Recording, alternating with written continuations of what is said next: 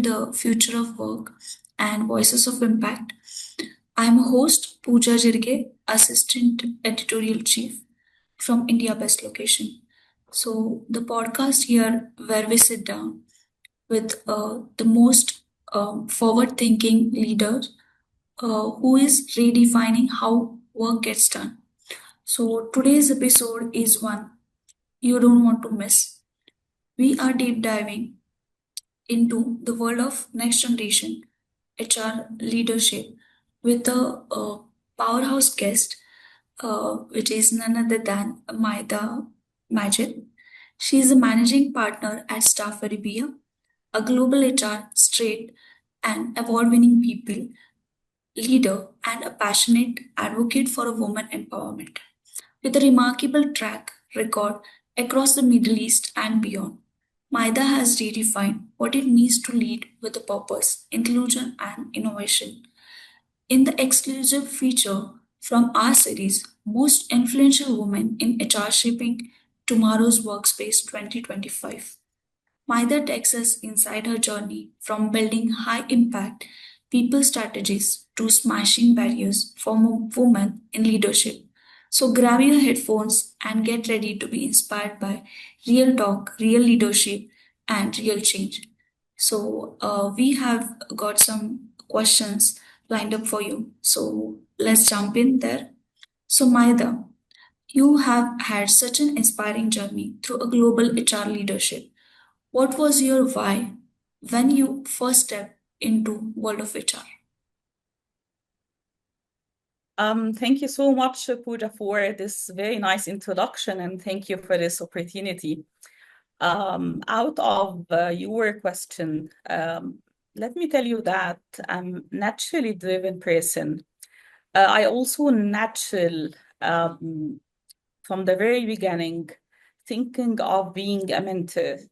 And that's why I have always been passionate about empowering others, helping people find their way.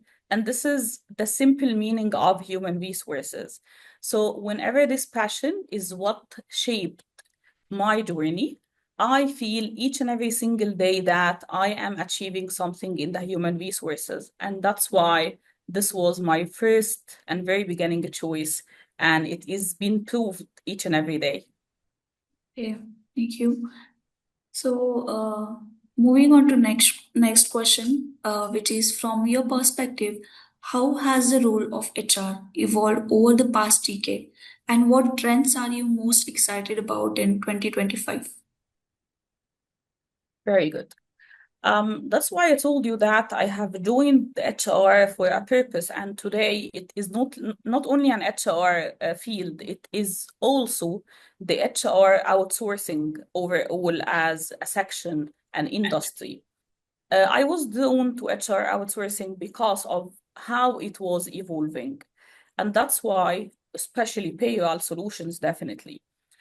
This is what is trending, and now globally, more strategic outsourcing, not just the transactional businesses, are looking for integrated, technology-driven solutions that align with their goal. Definitely, Pooja, you know that artificial intelligence could be somehow the most trending thing outside all and overall for all industries. And one of the exciting trends is shifting towards a unified global payroll platform with localized compliance. This definitely enables companies to scale across borders seamlessly. Okay, yeah, that's true. I mean, it's evolving towards AI, so yeah, that's true. So the next question would be: you lead at global level across diverse organizations. So, what does successful cross-cultural HR strategy look like in today's workplace? From a staff Arabia, we're having different specializations. Like we do run a section for recruitment all over 18 countries and even more. And this is something which is globally utilized for mobilization as well. Beside that, we do run the payroll outsourcing module and HR compliance. all over different countries like Egypt, for example, and this is, by the way, our head office, Emirates, KSA, and the globalization and localization are both essential. So sometimes we mobilize talent from one region to another. Um, Giving you example, it could be from India, Libya, Kuwait, dealing with Uganda, Ghana, Egypt, GCC. So different globalization among the different regions, and we carry out the payroll and HR compliance tailored to each and every country needs. So coping to change, adapting to different environments, and focusing on unifications are the key. And let me add something that I'm always keen to highlight, that whenever you are keen on the teamwork and maintaining a healthy environment across borders, this have been a critical in achieving the success for each and every company. Right, that's true. It's all about the teamwork as well, right? Yeah. So we have more questions that we want to ask to you. So the next would be like you are also known as a strong advocate for women's empowerment, right? So what are some of the biggest barrier women still face in leadership, and how do you help remove them? So I'm lucky I'm having a podcast with a woman today. So we together as a ladies totally understand how women empowerment is so much crucial and important. But let me be somehow realistic and honest. Okay. Today, we are realizing that uh, there have been great enhancements over the years, and we have come a long way compared to past struggles. So, could be the struggles that we are facing nowadays during this decade is completely different than the past.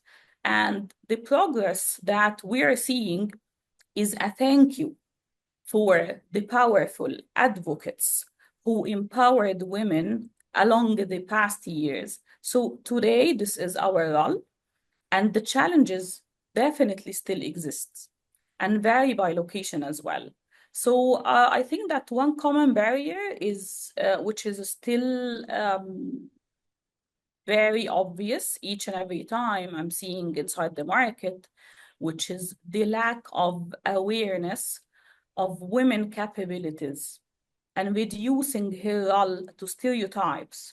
That mindset itself is a real huge barrier to business growth itself. Okay. Yeah, got it. So, also as a managing partner at Staff Arabia, how do you approach people strategy that balances business goal with employee well-being? Um, there is no work-life balance. This is the fact. Right.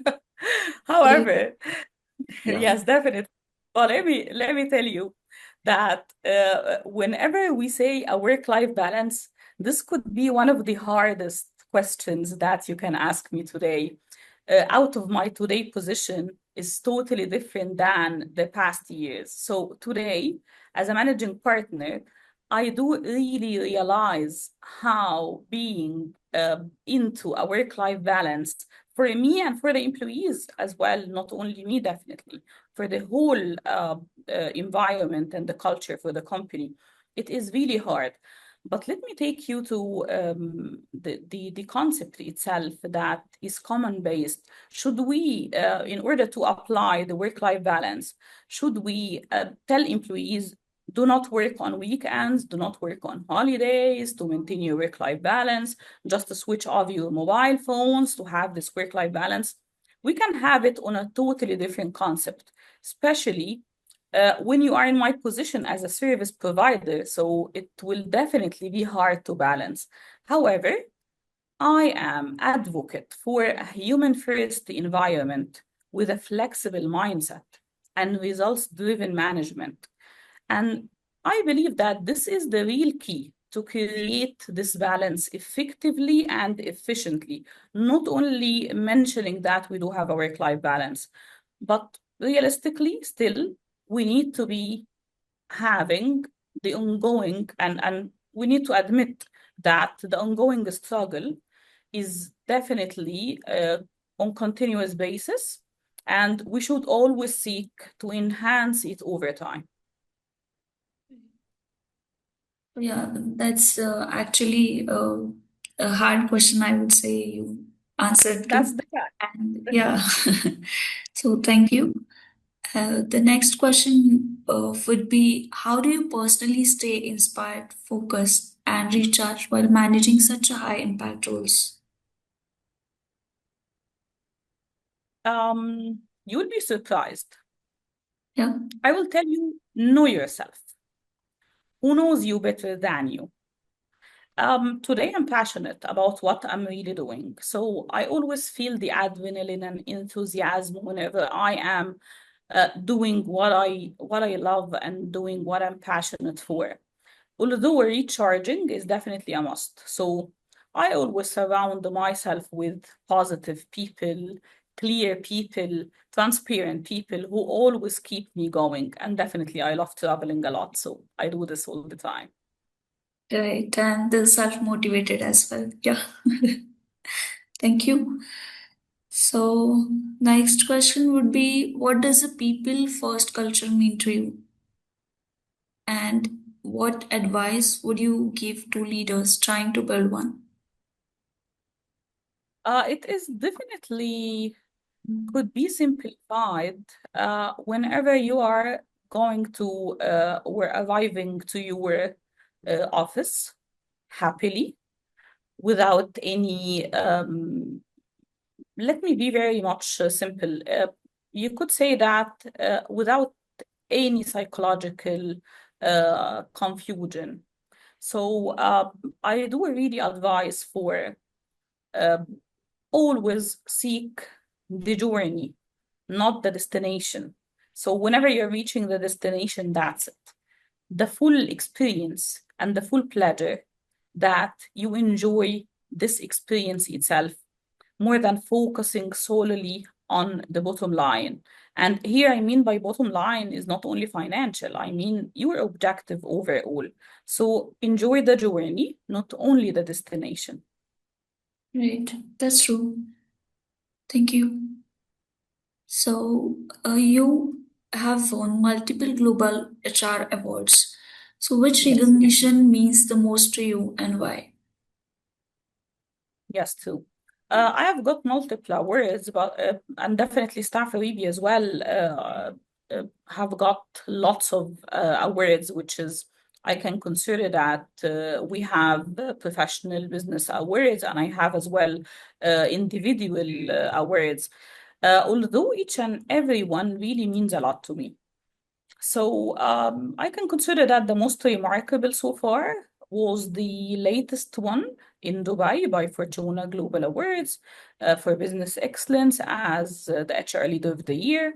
Um, but this could be very much remarkable because this concluded the recent achievements that have been achieved. However, still being recognized and nominated by the Global Payroll Awards, the GPA, in Scotland and in Greece is definitely deeply meaningful to me. Yeah, like I would like to congratulate on behalf of that. Like you recognize for the recognition as well and the award which you have got till now. And yeah, keep going. Thank you. Thank So you. let's move on to the next question because we might get out of time. So, yeah, so the next question would be like, let's talk about DEI. How do you see diversity, equity, and inclusion playing a central role in the future of talent strategy? It is something very much essential. It is not an optional. It is not luxurious to be on diversity, equity, and inclusion. Definitely, it's a business strategy, Pooja. So, as much as it is a moral responsibility, should be applied, and no success without the diversity, equity, and inclusion, of course. Right. Yep. Thank you. So, what's one piece of advice you always give to young HR professional who want to rise to strategic leadership role? I believe that we have to mention. Can I have two advices, not only one? You can. Perfect. So, because the two advices are related, let me mention first advice that never stop investing in yourself. This is so much important. And the second advice could be, and this is magic, by the way, could be the secret recipe for the success, which is surround yourself with people who have what you want. So if you are dreaming about a success, surround yourself by successful people. If you're dreaming to buy a certain car, surround yourself with this community who are buying the car that you're dreaming of. So surround yourself by the people or with the people who have what you want. Yeah, so basically, imagine what you wanted to be and be in that surrounding. So, yeah, then you can achieve it. Yeah. Thank you, Maida. So, how do you balance your role as a strategist with being a hands on leader? I believe both together are very much strengthen your abilities to shape your practical experience and being up to date in mindset.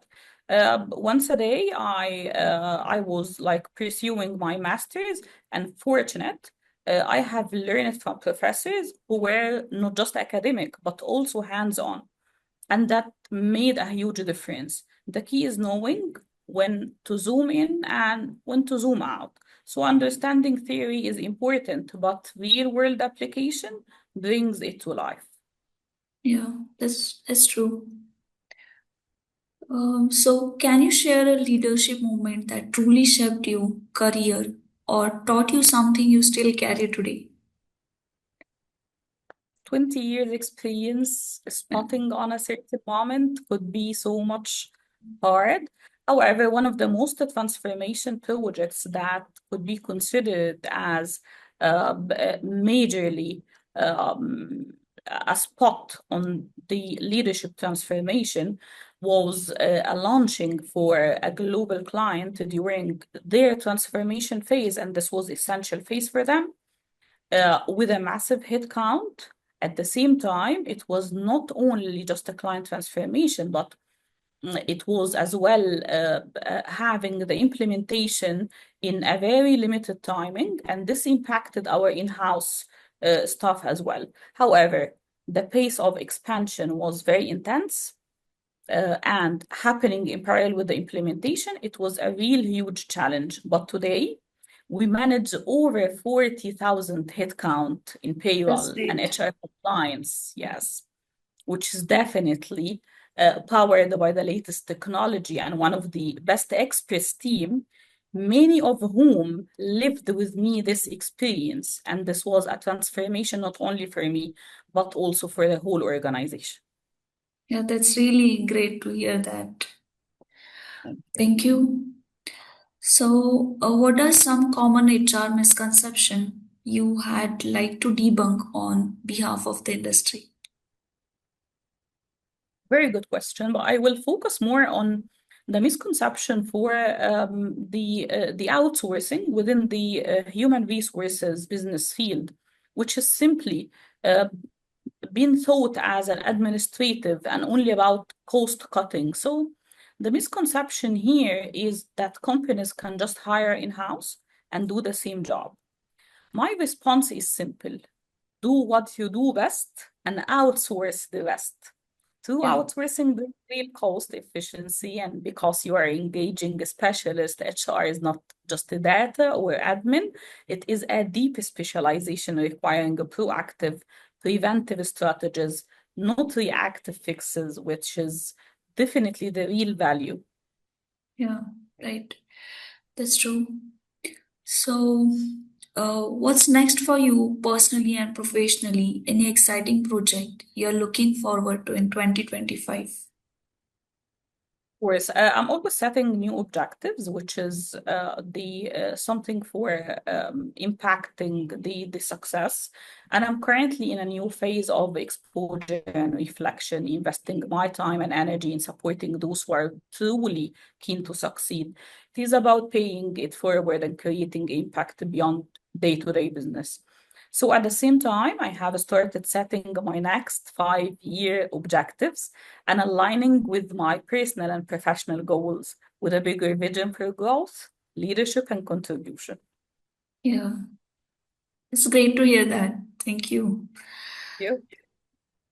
So, the final question. So, if you could leave listeners with one core message about building human first workplaces in the future, what it would be? If I could leave you with one thought, it is feel the ownership from Yeah, the top down. Every single person in the organization should feel like a partner, even what we call now the services that we offer is a partnership with the clients as well, not only within the employees and not just an employee, you are a partner. So when you truly understand the human needs, you create a human first workplace that can sustain the future. And let's not forget the next generation should not be comply or should not be copy of us. We must embrace the mindset, trust the initiatives, and this is the future. We have to guide next generations without limiting them. This is so much important. yeah. So we are almost done with the questions, Maida. Thank you for the answers which you have given, which is really what we can say with a good vision, with a good the inspiring could be to the other ongoing persons as well who is looking to work in the same profession. So I would like to thank you, Maida, for being a part of such a wonderful conversation and for exemplifying what it means to lead with a vision, empathy, and excellence. The episode of Most Influential Women in HR Shaping Tomorrow's Workplace 2025 reminds us that the future of work belongs to those who invest in people, champion diversity, and never give up or stop imagining uh, what can be possible. So, I would like to congratulate as well to you for the recognition which you have got, and to our listeners, keep building bond, inclusive, people first cultures, and remember, two influencers are with intention. So, thank you so much, and have a great day, Maida. Pleasure is all mine, dear. Thank you. Thank you. Yeah. Good day. Bye bye.